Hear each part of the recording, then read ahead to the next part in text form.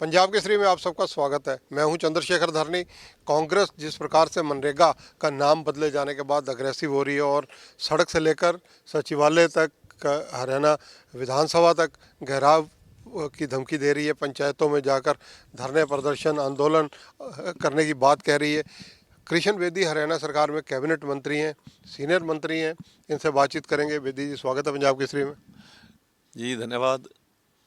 अब कांग्रेस ने घोषणा की है कि हम महासंग्राम करेंगे मनरेगा को लेकर, परंतु मैं बिल्कुल सामान्य सी बात पूछना चाहता हूँ। क्या कांग्रेसी ने किसी कांग्रेसी से आप सवाल करना, भाई संग्राम तो करोगे, आपने कोई पॉइंट पढ़ा उसके अंदर? एक पॉइंट भी यदि वो ये बता दें कि ये श्रमिक के हित में नहीं है, संग्राम छोड़ महासंग्राम, क्या क्रांति करें ना फिर वो पढ़ेंगे नहीं, किसी चीज को समझेंगे नहीं, बिना वजह पहले भी वो एक लाल सी किताब उठा के घूम रहे थे, संविधान बदल दिया, संविधान बदल दिया। अनुराग ठाकुर ने लोकसभा में पूछा, रहे ये किताब से उठाई तो फिर उसके पेज गिने कितने हैं, किसी के पास जवाब नहीं था। अब विकसित भारत रोजगार आजीविका मिशन की जो गारंटी 2025 में अधिनियम में हमारी सरकार ने दी है, उसमें वो एक पॉइंट बताएं कि ये गलत है। हमने कहा कि पहले 100 दिन का रोजगार मिलता था, हम 125 दिन देंगे। पूछिए ये श्रमिक के हित में है या अहित में है? वो कहते थे कि श्रमिक की शॉर्टेज होती थी फसल जब सीजन कटाई का या बिजाई का होता था। आज वो लोग, हमने सरकारों को ये प्रावधान कर दिया कि पीक सीजन की वो छूट दे सकते हैं ताकि किसान को श्रमिक मिल सके और श्रमिक को 125 दिन के अलावा खेत में काम करके एक्स्ट्रा आजीविका कमाने का मौका मिल सके। ये श्रमिक के हित में है या अहित में है? किसान तो फसल कटवाने के लिए बिहार से और यूपी से लेबर लेकर आता था, महंगे रेट पर किसान लेबर को ढूंढता फिरता था।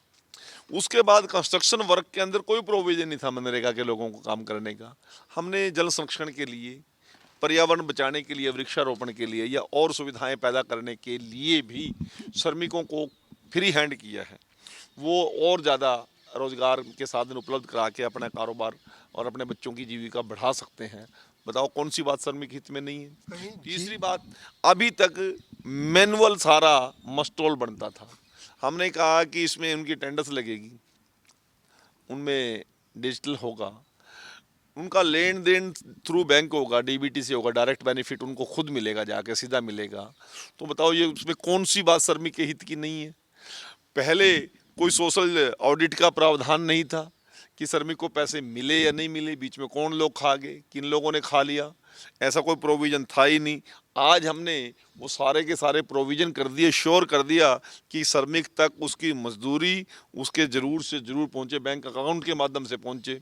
तो बताइए इसमें मोदी जी ने और एनडीए की सरकार ने क्या गड़बड़ कर दी? जो शॉर्ट में अगर नाम देखा जाए, जी राम जी आता है, कहीं राम जी नाम आने के ऊपर तो कांग्रेस को एतराज नहीं है? नहीं, अब वो तो आप उनसे पूछे ना। इतराज तो उनको किसी बात से नहीं है, इतराज तो वो अपने आप में गफलत में है, कुछ समझेंगे ही नहीं, वो समझना चाहते ही नहीं। जो भी देश हित की, किसी किसान मजदूर के हित की बात होगी, उससे कांग्रेस को परेशानी होगी होगी।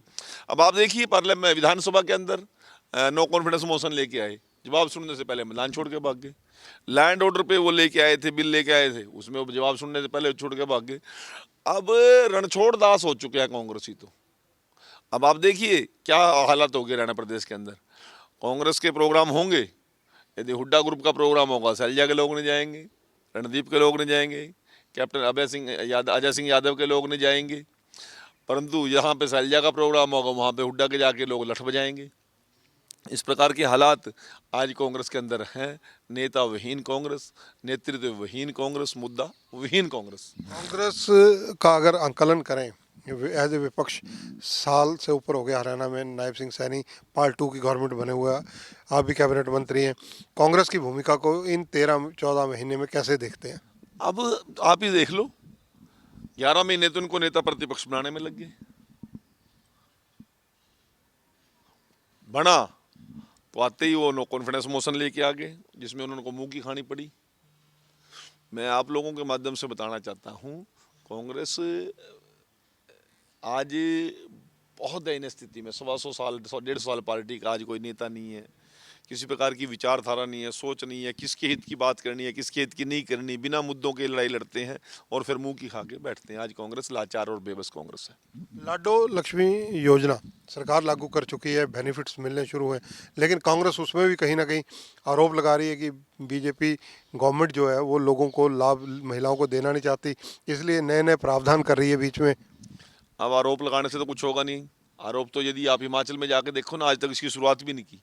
हमने पहले साल के अंदर ही 1 नवंबर से बहनों के अकाउंट में पैसे डालने शुरू कर दिए। 25 अक्टूबर को हमने ऐप अपनी पब्लिश कर दी थी, बहनों को निमंत्रण दिया था कि आप अपने आप उसको अपलोड कीजिए। 7,01,927 से ज़्यादा बहनें अभी तक नवंबर पेड दिसंबर, दिसंबर पेड जनवरी का लाभ ले चुकी हैं अभी तक। और अभी जो दिसंबर पेड जनवरी में जाएगा उसमें 9 लाख से ज़्यादा बहनों को लाभ मिलेगा। 227 करोड़ रुपए अभी तक हम आवंटित कर चुके हैं। अब कहाँ कहेंगे कि हरियाणा सरकार, अब हमने कहा है कि चरणबद्ध तरीके से लागू करेंगे, उसकी मेरिट और डीमेरिट्स देखकर लागू करेंगे। तो उसको कांग्रेस को क्या परेशानी है, विपक्ष को क्या परेशानी है? परेशानी तो तेलंगाना में होनी चाहिए थी, परेशानी तो उनको कर्नाटका में होनी चाहिए, परेशानी उनको हिमाचल में होनी चाहिए जहाँ अभी तक वो लागू भी नहीं कर सके, परेशानी उनको कांग्रेस पंजाब में होनी चाहिए जहाँ अभी तक चर्चा भी नहीं है लाडो लक्ष्मी योजना की, या बहनों को जो वादे वो खटाखट करके आए थे। आज वो कांग्रेस आज केवल झाड़ पीटने के अलावा कोई काम नहीं कर रही है। सुर्खियों में बढ़ने के लिए वो सारे संतंट रच रही है, परंतु भारतीय जनता पार्टी और एनडीए की सरकार धरातल पर अंतिम पायदान पर जो व्यक्ति खड़ा है उसके तरक्की और विश्वास के लिए, उसकी उन्नति और विश्वास के लिए हम काम कर रहे हैं और लोग इसीलिए बार बार हमें आशीर्वाद दे रहे हैं। बेदी साहब, पंजाब के इलेक्शन है अगले साल और उसको लेकर हरियाणा के मुख्यमंत्री भी विशेष रूप से कई जगह पंजाब में जा रहे हैं, उनकी कई मीटिंग्स लगातार चल रही हैं। अगर पार्टी की तरफ से ड्यूटी लगती है, आप भी सीनियर बीजेपी के नेता हैं, मंत्री हैं हरियाणा सरकार के, तो क्या पंजाब चुनाव प्रचार में नजर आएंगे? नहीं, चुनाव प्रचार में तो हम सभी जाते हैं, छोटा छोटा कार्यकर्ता भी जाता है, बड़ा नेता भी जाता है। सो मोदी जी खुद चुनाव में उतरते हैं और मेरे भी कार्यक्रम लगातार चल रहे हैं। और 7 तारीख को फिर मैं संगरूर के अंदर सादीहरी गांव के अंदर एक बड़ा कार्यक्रम है, वहाँ पर बहुत से अनुसूचित जाति और वाल्मीकि समाज के लोगों से मेरे वहाँ पर कार्यक्रम लगा हुआ है। तो सभी हम अपने प्रयासरत हैं और अगली बार पंजाब के अंदर भी भारतीय जनता पार्टी की सरकार बने, इस सोच को लेकर हम आगे बढ़ रहे हैं।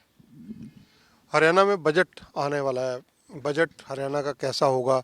मुख्यमंत्री वित्त मंत्री भी हैं, लगातार आप समीक्षा कर रहे हैं, पूरे हरियाणा का भ्रमण कर रहे हैं, अधिकारी वर्ग भी उनके साथ है।